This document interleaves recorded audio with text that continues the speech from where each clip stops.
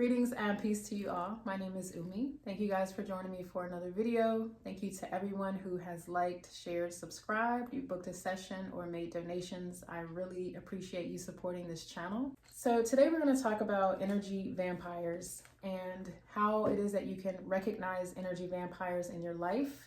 This is obviously a very serious topic when it comes to our feeling overwhelmed, burdened, exhausted, used and abused by people who consciously or unconsciously drain our energy.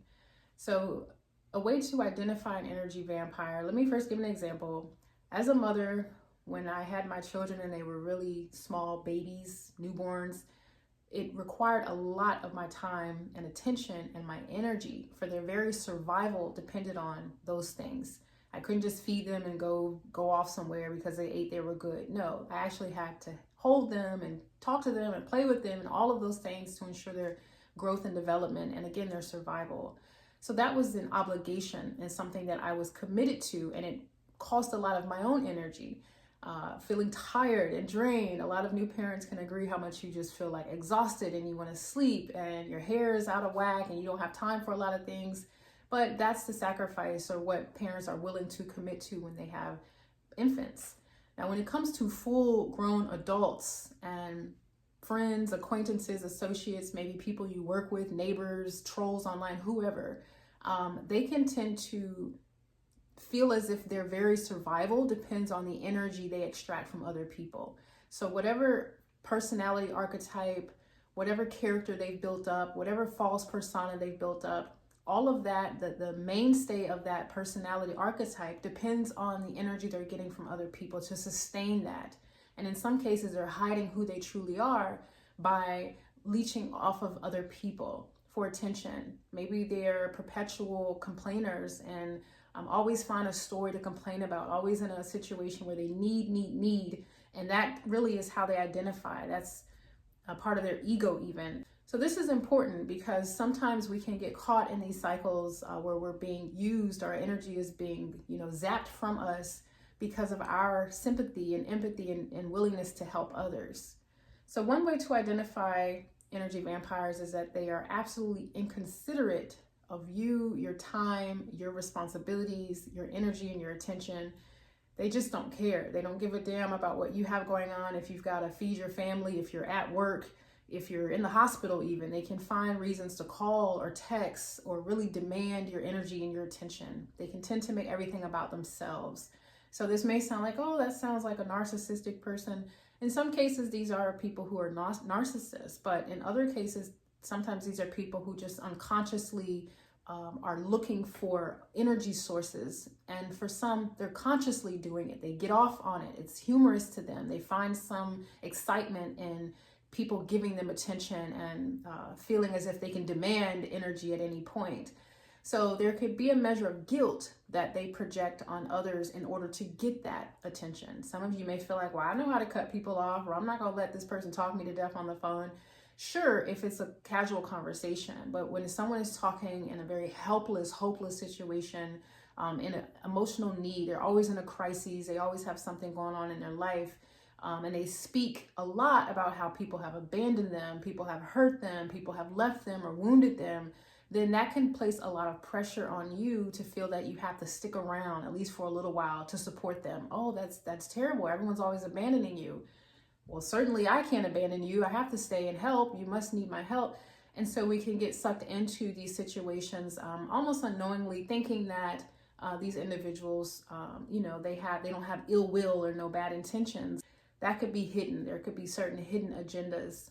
Another important indicator is that their presence can linger in your thoughts, in your environment, in your life, long after they've left. So once they leave your home, you're still thinking about that individual in your situation. You're still trying to figure out solutions for them. Maybe you're talking about them with your loved one, your partner, not talking about them negatively, but you're talking about their situation long after they're gone.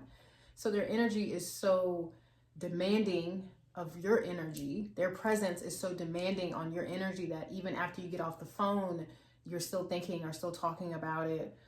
Or you can find that, it's hard for you to focus or concentrate because you've been kind of your energy has been disrupted in a way. Whatever flow you were on, whatever your focus was, or whatever you had going on in your life has now gotten disrupted by that person's needs, that person's situation and experiences.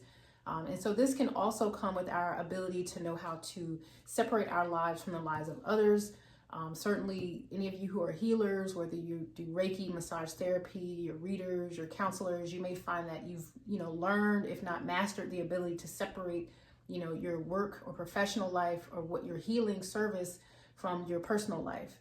And we often have to develop this same ability with friends and family and acquaintances, employees, and even, again, people online, knowing how to separate ourselves so that we're not so easily penetrated, or someone that isn't planting seeds in our consciousness and we're going around allowing that to just grow and grow and grow and take over our lives and our ability to think for ourselves. When people respect your time and when people respect what it is you do, your responsibilities and obligations, they will ask you. They will ask you when you can talk. They will be considered. They may even make mention of it. I know you're busy. I know you have to cook. I know you have this going on, just in order to show their consideration. And so there's a way to distinguish people who just sometimes need our attention, like your girlfriend or your boyfriend who needs your attention, or who's in an emotional state. They're vulnerable at the time. That's not necessarily someone who's an energy vampire just because they have brief moments of vulnerability and they need time and attention. Energy vampires can absolutely take advantage and find every opportunity, any crevice in your life where they can drain energy, they will. Oftentimes these individuals will not take advice. They may listen to advice. You may pour out your heart and all of this, resources and recommendations for them to help them improve their situation, but somehow they don't follow it. They don't apply it. They don't do anything. And before you know it, a day or two later or later that evening, they're calling with more drama. They're calling with something else they need, or they're just calling to talk about nothing in some cases. So for those of you who find it difficult to set boundaries, you don't know how to say no, or you don't know how to cut off a conversation, let this be a lesson for you. Let these particular individuals and how you feel once you get off the phone or once you leave their presence, let that be a lesson for you, and to see the seriousness of your energy and how to preserve it, protect it. It's yours. You have to use it for other things in your life, your own goals and aspirations and projects and work and family. So for someone to just haphazardly zap you of your energy because it fills them up and they can go on about their business happy and talking to other people, meanwhile you're stressed, depressed, and complaining about them to other people, that's not cute.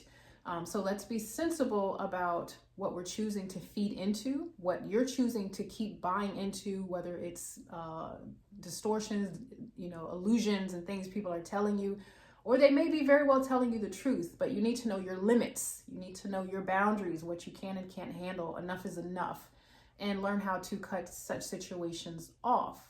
Forming attachments is something that you obviously want to be mindful of. And again, this doesn't have to be some stranger or some, inconspicuous person online or a troll. This could be our family members. This could be people who we deem, friends or close associates, where they form an attachment or they've spent a number of months or even years really getting in your life. You've shared personal things with them. You guys have history. So part of you feels you can't just walk away because you don't trust how they may handle your business, how they may handle what you've shared. So you kind of keep them close enough to monitor, but at the same time, you may feel that this person is not the person I thought they were. As time has gone on, I've realized that this person is always complaining, or they're jealous of me, or we're not elevating or growing mutually. There's no mutual benefit in the relationship anymore. I've reached a certain level in my life. I've outgrown things. I've matured. I've made changes, and this person has not. And yet they're attached to me. They're not willing to see the relationship has maybe taken its course.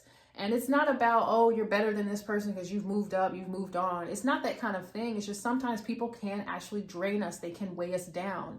And if you haven't been able to articulate that to your friend or family member, outright let them know, hey, I'm making changes. I really don't want to hear you complaining anymore. Like, let's do this. Or instead of finding reason to be depressed or down, maybe you should seek some counseling, or maybe you can do this. If you've made every attempt to communicate with them changes you've made in what part of the relationship you're ready to let go of, and yet they're still attached in some way, or still putting out there that negativity or depression or these things, then at that point, it becomes apparent this is an attachment. This is someone who's not willing to let the relationship go or let me go because they're getting something out of it. They're feeding off of my energy or feeding off of my progress, feeding off of my attention and my time. I'm always providing help and aid, and so they keep finding reasons to need it. And that's a no-go. You don't want people around who are constant complainers. Constant complainers. That's a very draining experience when someone is always complaining and not actually taking the initiative to bring about change, initiate change in their own life. Another thing to keep in mind is that these individuals can sometimes quite deliberately provoke or taunt in order to get energy. So they may reach out for something and then find a reason to make you feel guilty by provoking you, saying something to piss you off, saying something to make you angry, frustrated, to feel accused, so accusing you of things. And that's gonna warrant a response out of you, like you're gonna feel the need to react. It's provocative, it provokes you, and then you get angry and you feel the need to keep reacting. We see this all the time on social media with trolls, people who leave negative or inflamed comments. And so these types of comments, conjure up those emotions in you where you're feeling angry, you're feeling pissed off, and you feel very much like you want to react. And that's what they want. They want a reaction out of you. So when you identify, I'm being provoked in this moment, this person is trying me, this person is doing this, doing that, they're disrupting your energy, they're disrupting your day, your time, your evening, but try your best not to react. Try your best even not to respond. Oftentimes when they're not getting a response, when they're not getting the energy they need, they will eventually fall away to the wayside. Find someone else to attach to or bother or harass. Not speaking that, I hope that's not the case. We don't want that individual bothering and provoking other people, but at least it's not you. So sometimes you have to let that person know you don't care, you're not vested anymore, you're not interested in playing that game anymore, going back and forth with your energy anymore, and you're ready to let it go. So that's a great way to identify this person as an energy vampire, when they're deliberately provoking you to get a reaction out of you, to get some of your energy through anger. So getting your energy through mixed emotions, maybe always having some humor or something to tell you, something juicy, something to make you laugh. They just feed off of your energy overall. So I want to make sure I have space in my life to move freely and do what I want to do. If someone's always questioning, well, what you got going on? What you doing this, or how is this going? Always in your life and in your business and in your time, mapping out your day to see where they fit in. These things can be a bit questionable. So you and your bestie, y'all's relationship, you would know what's healthy in terms of each other, being engaged in each other's lives, and what's a bit intrusive, what's someone demanding too much of your time and energy. I wanted to briefly share that with you all, to definitely be mindful of how and when energy vampires can emerge in your life.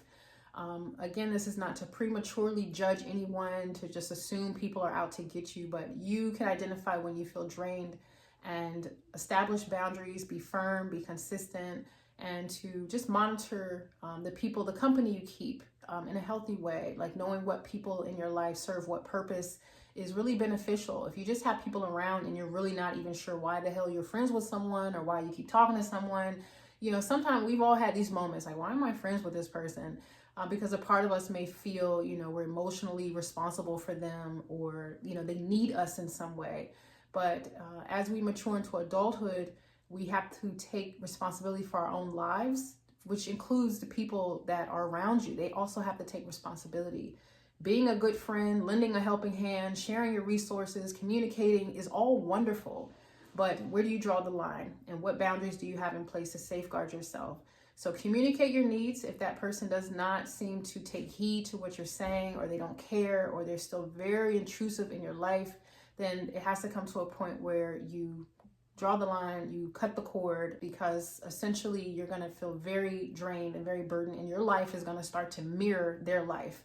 And if you don't want to be in that situation where now you're complaining like them, now you're depressed like them, now you're broke and this, and you just drag the hell down, right? And you didn't even realize it was happening. It just, before you know it, your lives are very similar, and you don't want that. You want to maintain your high frequency and stay the course, because then you can always be a support for others who are willing to support themselves. You can be a helping hand for others who are willing to help themselves.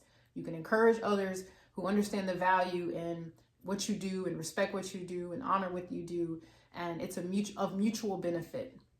So I hope that makes sense. I really appreciate you guys tuning in. Share your experiences if you've encountered energy vampires, how you deal with it, how you manage that relationship. What did you do different? You know, have you put new boundaries in place? If you're interested in a personal session, that information is in the description. And yeah, thank you guys for tuning in. Until next time, peace.